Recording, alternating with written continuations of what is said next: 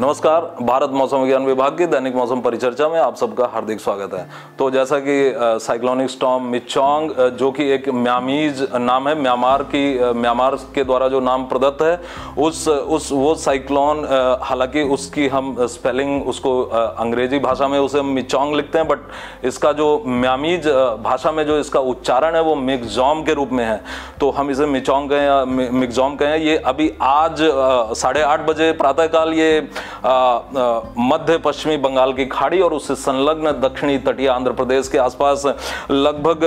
ये जो इसका केंद्र है वो 13.5 डिग्री उत्तरी अक्षांश और 80.8 डिग्री पूर्वी देशांतर पर अवस्थित है। और इसकी जो अभी दूरी है वो लगभग 100 किलोमीटर चेन्नई से उत्तर पूर्व की ओर और नेल्लोर से लगभग 150 किलोमीटर दक्षिण पूर्व की ओर ये अवस्थित है, इसका जो केंद्र है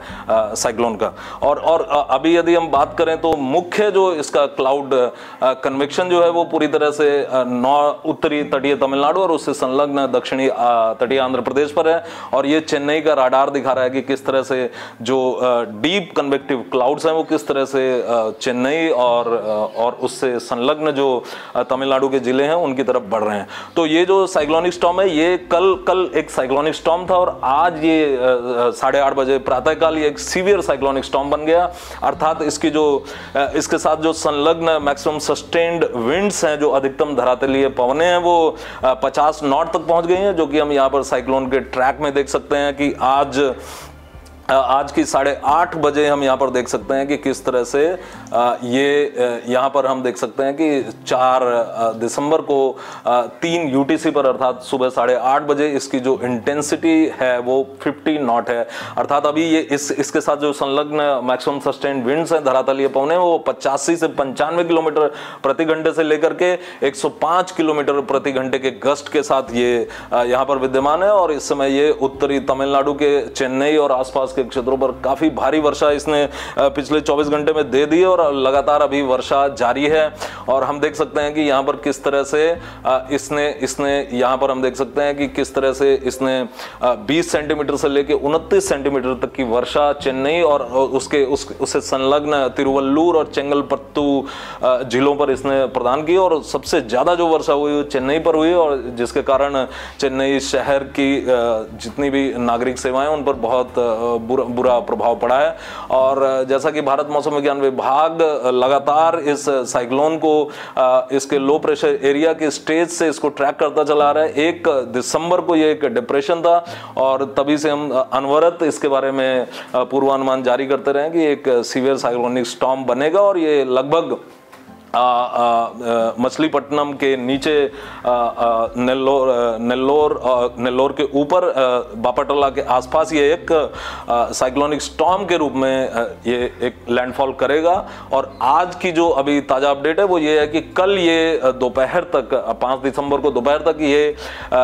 90 से 100 किलोमीटर प्रति घंटे गस्टिंग टू 110 किलोमीटर प्रति घंटे की धरातलीय हवाओं के साथ मछलीपट्टनम और नेल्लोर के बीच में बापाटला पे ये लैंडफॉल करेगा, अर्थात उसको क्रॉस करेगा। और इसके प्रभाव में जैसा कि हम देख सकते हैं कि एक्सट्रीमली हैवी रेनफॉल आज तमिलनाडु में, उत्तरी तटीय तमिलनाडु, चेन्नई और उसके आसपास के क्षेत्रों में आज होती रहेगी। हालांकि चेन्नई और उसके आसपास के क्षेत्रों में जो वर्षा की तीव्रता है वो लगातार अभी अगले 6 घंटे बाद कम होनी शुरू हो जाएगी और कल वर्षा काफी कम हो जाएगी। केवल छिटपुट स्थानों पर भारी वर्षा हम उत्तरी तटीय तमिलनाडु पर देख पाएंगे। और फिर जो वर्षा का दक्षिणी तटीय आंध्र प्रदेश और उसके साथ संलग्न जो रायलसीमा, यहाँ पर अत्यंत भारी एक्सट्रीमली हैवी रेनफॉल आज ही सायंकाल से शुरू हो जाएगी। और यदि हम बात करें 20 सेंटीमीटर से ज़्यादा की संभावना वाले जो जिले हैं वो यदि हम बात करें तो चित्तूर, तिरुपति, नेल्लोर, अन्नामया, वाईएसआर कडप्पा, प्रकाशम, बपाटला, कृष्णा, वेस्ट गोदावरी और इससे संलग्न जो जिला है यहाँ पर एक्सट्रीमली हैवी रेनफॉल। और यहाँ पर कुछ एक स्थानों पर एक्सेप्शनली हैवी, अर्थात ऐसी वर्षा भी मिल सकती है जो कि वहाँ के सर्वोत्तम जो सर्वाधिक जो रिकॉर्ड हो उसके बराबर हो या उससे ज़्यादा हो। और इसके अलावा जो दूसरे ज़िले हैं नांदयाल, पलानाडु, एनटीआर, एलुरु, इन जिलों पर अति भारी वर्षा अर्थात 11 से 20 सेंटीमीटर की वर्षा भी प्राप्त हो सकती है। और जो उत्तरी तटीय आंध्र प्रदेश के जिले हैं यहाँ पर आज रात्रि में छुटपुट स्थानों पर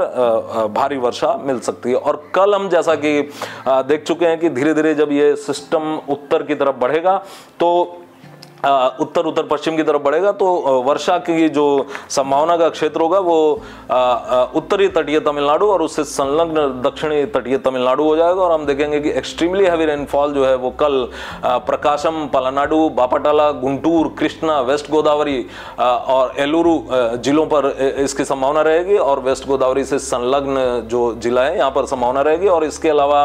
वायएसआर कटप्पा, नेल्लोर, अल्लूरी सीताराम राजू और काकिनाडा और ईस्ट गोदावरी पर भारी से अति भारी वर्षा 11 से 20 सेंटीमीटर तक की वर्षा की संभावना रहेगी। और उत्तरी तटीय आंध्र प्रदेश के जो अनाकापल्ली, विशाखापत्तनम, विजयनगरम, श्रीकाकुलम और पार्वतीपुरम जिलों पर छुटपुट स्थानों पर भारी वर्षा की संभावना रहेगी। ये वर्षा की वार्निंग थी तटीय आंध्र प्रदेश और रायलसीमा पर कल के लिए। अब हम आते हैं तेलंगाना पर। आज तेलंगाना पर छुटपुट स्थानों पर जो तेलंगाना के जिले जो कि आंध्र प्रदेश के साथ संलग्न है उन जिलों पर नगर कुर्नूल, नलगोंडा, सूर्यापेट, खम्मम और कोठा गुदेम पर ये छिटपुट स्थानों पर भारी वर्षा और कल एक्सट्रीमली हैवी रेनफॉल की भी संभावना तेलंगाना के खम्मम, कोठा गुदेम और मुलुगु जिलों पर रहेगी। और इसके साथ साथ हनमकोंडा, वारंगल, महबूबाबाद और सूर्यापेट पर छिटपुट स्थानों पर भारी से अति भारी वर्षा और पीले रंग से दिखाए गए जो जिले हैं यहाँ पर छिटपुट स्थानों पर भारी वर्षा की संभावना रहेगी और हल्की से मध्यम वर्षा अनवरत जारी रहेगी। और फिर हम उड़ीसा पर बात करें तो आज जो दक्षिणी उड़ीसा के गंजम, गजपति, रायगढ़ और कोरापुट और मलकानगिरी जिले हैं यहाँ पर छिटपुट स्थानों पर भारी वर्षा, हल्की से मध्यम वर्षा लगभग सभी स्थानों पर। और कल यहाँ पर भारी से अति भारी वर्षा होने की संभावना रहेगी क्योंकि कल हमारा सिस्टम लैंडफॉल करेगा और जब ये लैंडफॉल करेगा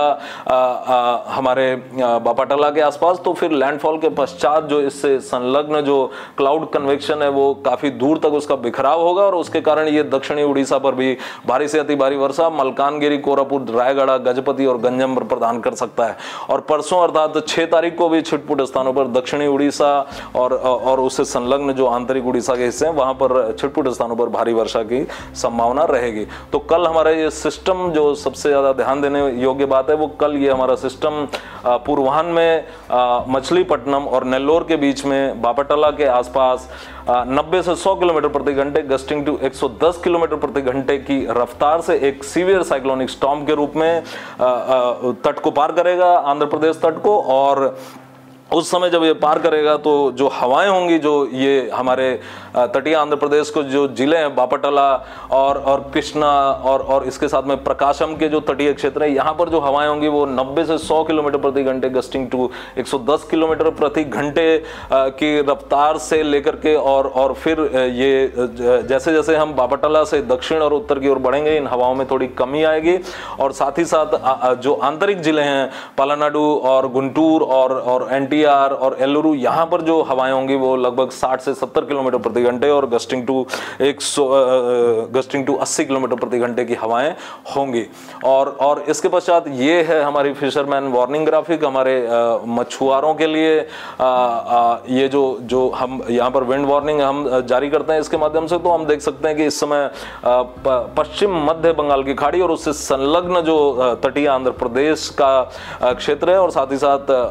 तटीय आंध्र प्रदेश का क्षेत्र है वहां पर जो हवाएं हैं वो 85 टू 95 गस्टिंग टू 105 किलोमीटर प्रति घंटे की हवाएं और उससे संलग्न जो दक्षिण पश्चिमी बंगाल की खाड़ी और संलग्न उत्तरी उड़ीसा तट है वो वहां पर जो हवाएं हैं वो लगभग